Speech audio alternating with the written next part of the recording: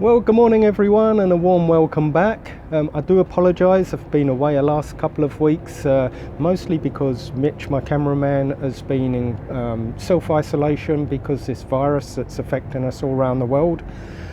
So he's back today and good and healthy, and we're ready to rock and roll again. So today's video has been requested by Jonathan in the United States, and he's asked how to remove the rear bumper. Or fender, as you may call it over there. Now this is at the face of it quite a major job. It is quite difficult to get off if you've ever had a go at doing one yourself before, but like all of these things, if you know how to do them and know where all the little hidden bits and pieces are, it's actually not so bad. So we're going to go through that today. Now thanks to Jonathan for requesting it, and of course if you want to request a video on removal of any part on these cars, you're welcome to do so. It's completely free. All I ask is that you give me a name so I've got someone to address on camera and can give you a shout out, and also a country that you're from or state and province within that country if you'd like to. It's just so everyone around the world gets to know who's got what and what they're thinking, and it gives me someone to address on camera, so it's a bit more personal. So we're going to do this in multiple sections. We're going to start at the very bottom, then we're going to do a bit at the top, and then the final bits in the middle, ready for it to come off. You're just going to need a few basic tools for this. Unlike some of the other jobs where you need lots and lots of tools, it's just a couple of basic ones for this one. So you're going to need a flathead screwdriver, something maybe 4 or 5 millimeters wide, nothing too big because it won't go where you need it to go. You'll need a regular Phillips screwdriver. The length is irrelevant, I just like a nice long one because it gives plenty of torque. You'll need a small wrench or ratchet, a couple of extension bars and a 10 millimeter socket piece on the end. And that should be all you need. Now, I do have to make one apology here. Those of you that have been following this video series will know that generally speaking, this is my old car that I'm using just for demonstration. It's a real rust bucket, and the plan is to fully strip it and then show the restoration of the car back up to new again. Now, I knew for a fact that this car was going to be so rotten on the bolts around the back that the chances were they was all going to get broken. So I had to go first of all at removing it just to see how bad it was, and I'm glad I did, because 99% of the screws, bolts and everything were so rotten I couldn't even get tools onto them to take them off, and I ended up grinding and drilling most of them out. So if these all appear to undo beautifully and easily, don't be shocked. It may not go that well on your car, especially if you're from a damp climate. It's purely because I've replaced everything where it was all rotten. So let's get on with the job. We're going to start under the arch. Now you'll notice that I've actually removed the wheel already. You don't need to remove the wheel, but it does make access a lot easier for doing the job, and the same with the interior when we get to that. So under the arch here, we've first of all got to remove the plastic guard, the splash guard. Now to do this, you're going to need your flathead screwdriver and 10 millimeter ratchet or wrench. So if my cameraman wants to come around the other side.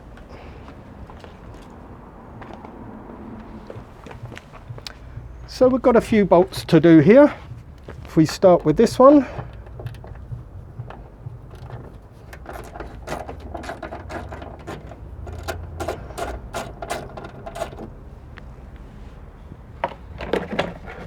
Just grab a tub to put all these in. Then we've got 3 up the side here. Now if you've watched these videos before, you'll know when you undo these, typically they just rip out of the bumper rather than undo, but these have all been drilled out. I've stuck in some old bolts, but they are good enough to do up and undo just for this demonstration.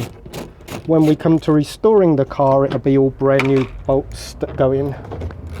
And this one did still rip out the bumper, but that's not a problem. Then we go to our flathead screwdriver, and for those of you that haven't seen these before, I'll just quickly explain. If you look closely at these little panel clips here, you'll see that there's a cross in there implying that it's a Phillips screw, but it's actually not Phillips. It's just a slight cut into the head, and if you try to use a Phillips it'll just slip. So just get your flathead screwdriver on there and just gently let it work its way out as you undo it. If you try pushing at the same time, it will just push back into the hole. So once you get about, I don't know, halfway, that will then pull out of the panel. And now we can remove this nice and easily. I'll stick that under there for now. Now we've got two screws that very few people know about, and they're up under the arch here. Now I'm going to let the cameraman get under there to see if you can see them on camera. We've got one at the front just here, and one further back just here. Are you able to get those? Mm-hmm. Now they've got both a cross head on them and a 10mm socket, and I prefer the 10mm socket. The first one, if you have a nice long extension, you can go straight up behind here onto the head of the bolt and work your ratchet from here so you don't have the bumper in the way.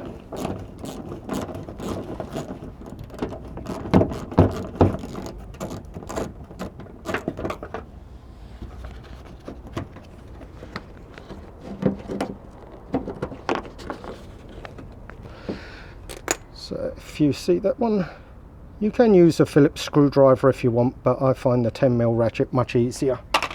Then you've got one a bit further back, but that one actually works better with a short bar. I'm trying to do this blind for the cameraman, but it looks like I'm going to have to lay on my back to do this one.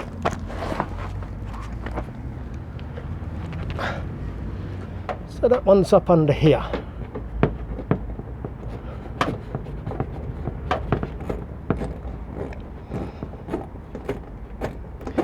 For those of you that are a bit wiser than me, you'll probably realise it's much better to wear safety goggles when you're under a car. But I'm old school and I just wipe it out my eyes after. Okay. Now we're going to move around to the back of the car. And at the back of the car, you're going to need the good old flathead screwdriver.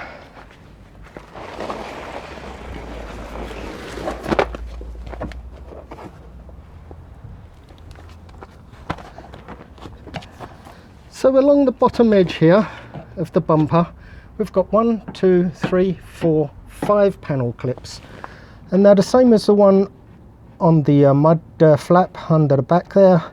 So just slowly undo them with your flathead. That comes so far, and then they'll pull out.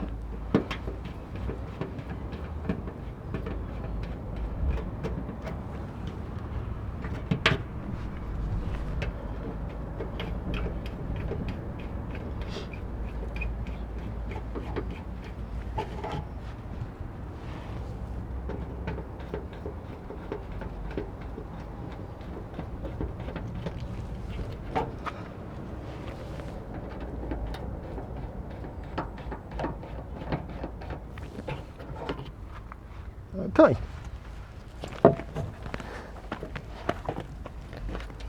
Now there's also one more splash guard on the other side under the arch, the same as the one on this side. But in order to save video time, because this is quite a long video, I've already removed that one purely to save some time. So now we grab our tools and we're going to do a little bit in the trunk of the car.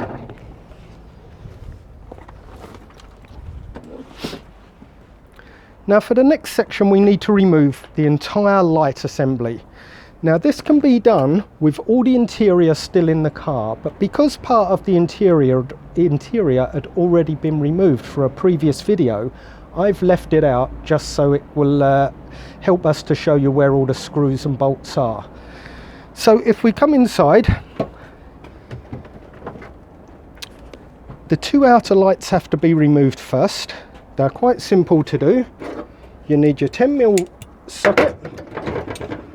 A reasonable size extension bar will help you to get in there. And we've got a series of nuts. There's one here. Now if your interior is still in the car, you'll find these little service hatches that allow you to get to all of the bolts.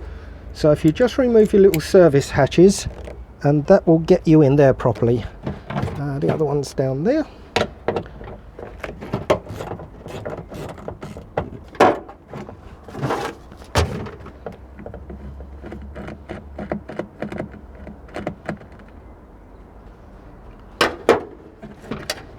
Oops. And now the backlight should come out. So you want a couple of fingers round here and a couple under there, and you just work it backwards. Then to get your lights out, anti-clockwise, and remove your wires from any clips that are holding them. Just lay them down there. Now onto the light on the other side.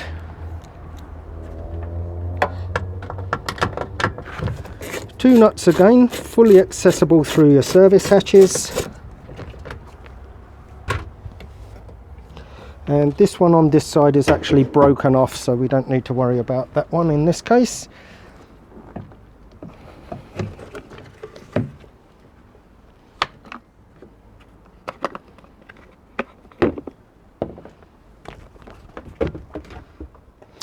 And now the middle set. Now before you take those out, if you just disconnect your bulbs first of all, it will make life a bit easier. Ratchet again.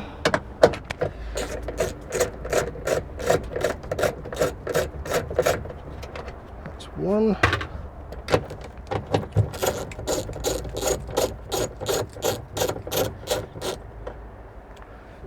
Two.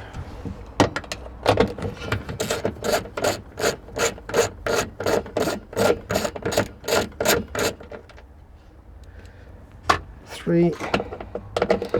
One behind here. Now, while I've just been taking this apart, I've just remembered that this retaining panel here, clip here, would normally be in this position, which would prevent you getting to that nut behind. What you're going to need to do, I've just realized, is remove your back panel, just the back panel, in order to facilitate loosening of that screw and turning that to one side just to get to your nut there. That is covered in one of my previous videos, so if you refer to, I can't remember what it was called. Boot trim removal? Boot trim removal, that's the one. That will show you how to get that out.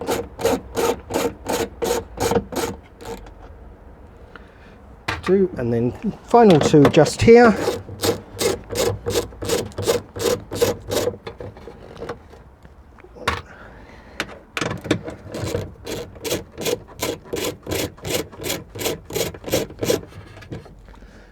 Two. And now this final one, pull out. So that's those nice and safely out the way. Now you can see there's plenty of bolts all the way along here, and because the water goes behind here and sits in here as a puddle, all of these bolts had all been rusted in, and I had to drill the whole lot out and just replace them with some old second-hand bolts that I had for now. We're not going to move on to that section yet. There's a couple of other bits first. Now someone else asked how to remove these. So to remove these, it is simply a case of, first of all, you take out your backlight, and then we can get this off. To do that, here we've got two Phillips screws.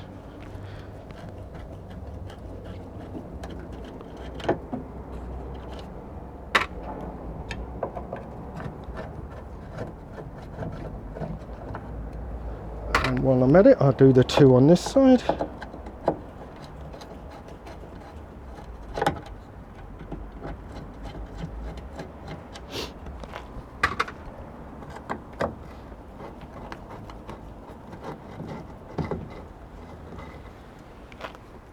Now we'll go back to that side. Now you're going to need your 10mm socket again. And we've got just two bolts here.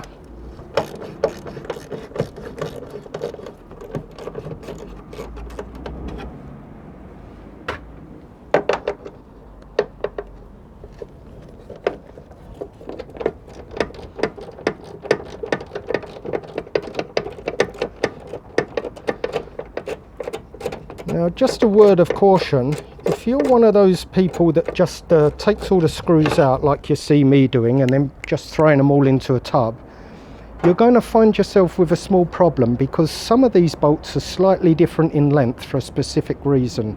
So I would recommend that you mark off somewhere where you're going to replace all these screws to. Do a drawing in a piece of cardboard, put all the bolts in the cardboard, and then you'll know what goes where.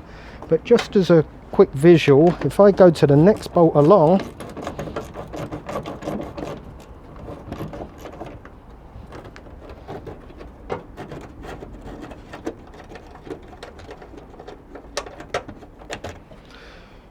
you'll see that if I stand the two together, one is a slightly different length to the other.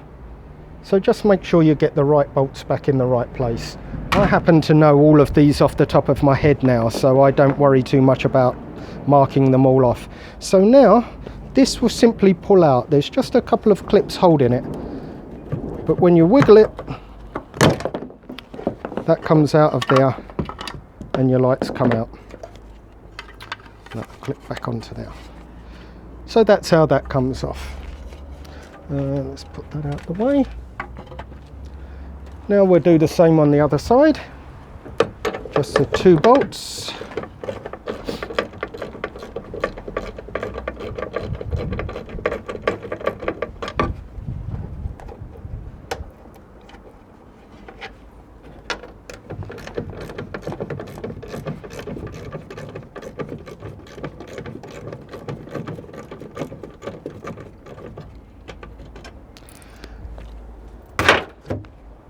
Okay, and now this one off.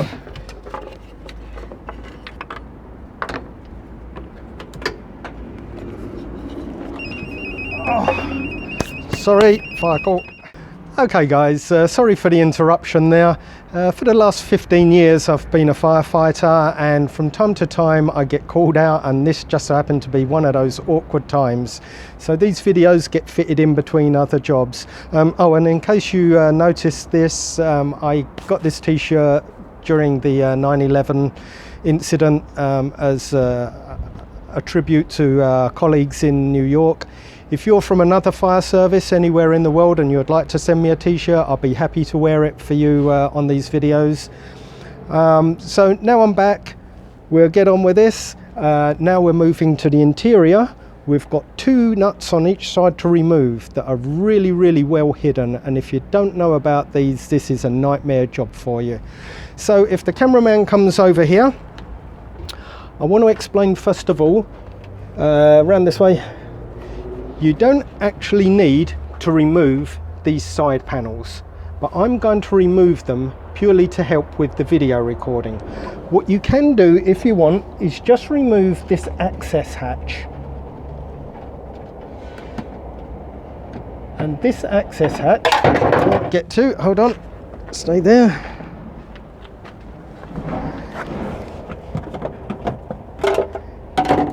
This access hatch will give you sufficient space in here to get to where you need to.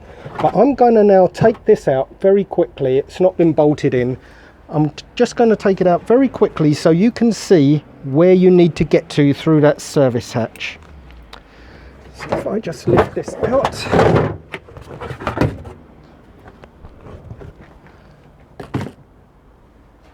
Now, up inside here, I don't know if you can see, we've got a nut just here. If the cameraman can come in closely, I'll try and point to it. I believe it's one just about there. And then through the top hole, we've got one in there.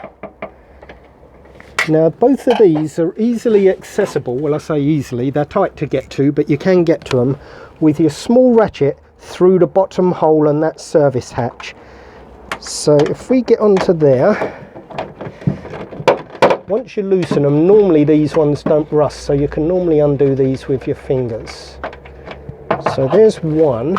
Then the other one is a bit tighter, that's further up the top, but you can still get to it. And there's a second one. Oh, that's still a bit tight.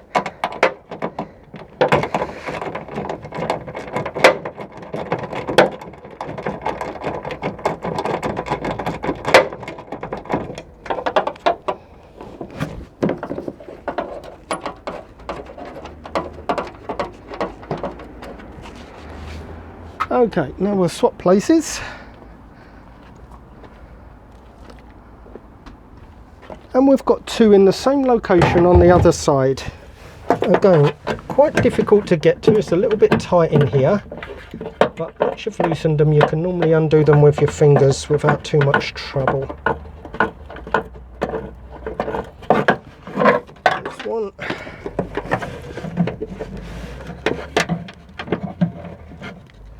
This one is a little bit harder to get to because you've got the cable for the fuel cover release.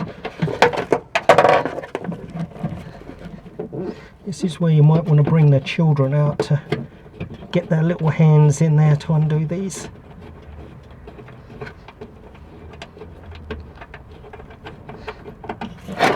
Okay, that's all of the ones from the interior. Now we're back onto the exterior.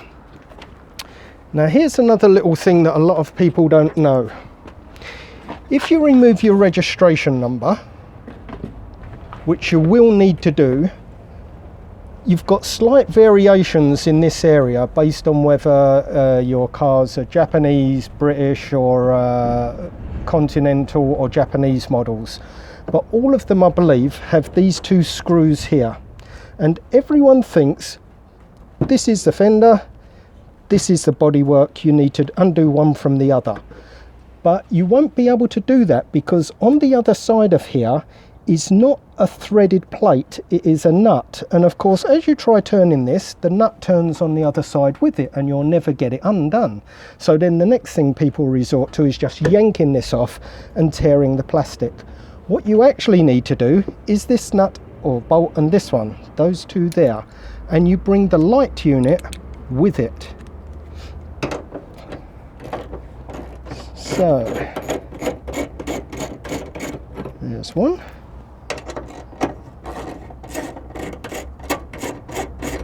And there's the other.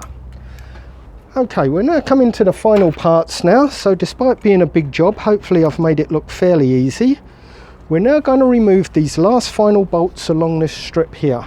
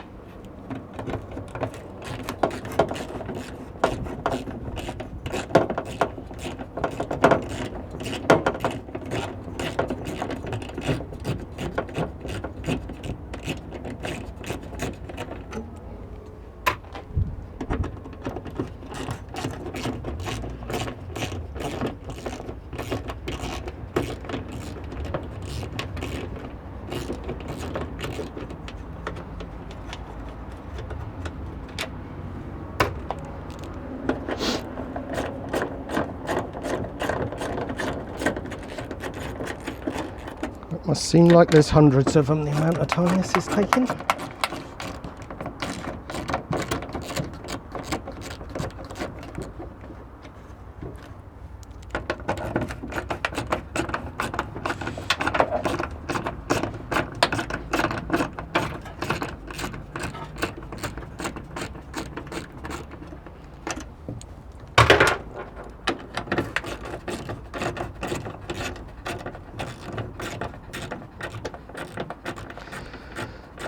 While I'm just finishing this off, it might be a good time to mention to you, in previous videos I've talked about starting a little forum.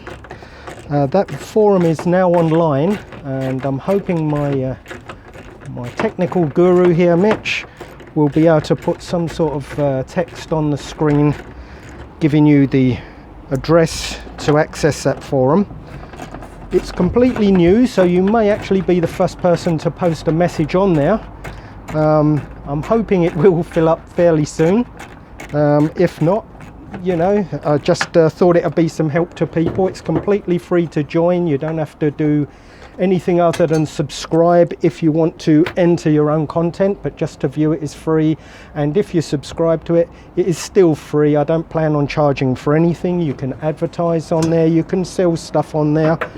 If you're a business looking to advertise, it's still free at the moment, but if you're a business with a bad reputation and lots of people write in saying that they don't you know, agree with your business on there because you've not been as good as we would like, then I'm afraid you may get removed from the forum. What I'd also like you to do is promote your own clubs and forums and events on the site. I'm not trying to remove anyone from any other forum, pull you away from any other forum or club. I actually want you to promote your clubs and forums on my forum. So that's all of the nuts and bolts and screws and everything now out. So we're ready to pull this off. But here's a critical point, and you may want someone to help you with it, although I'm going to do this on my own. As you pull this away, you're going to have cables attached to the lights for the registration number. So you're going to have to gently pull this off, but don't pull it too far at this stage. And you'll see you've got your two lights here. All you need to do is a quick twist, disconnect your lights, and now your rear fender is completely free from the car.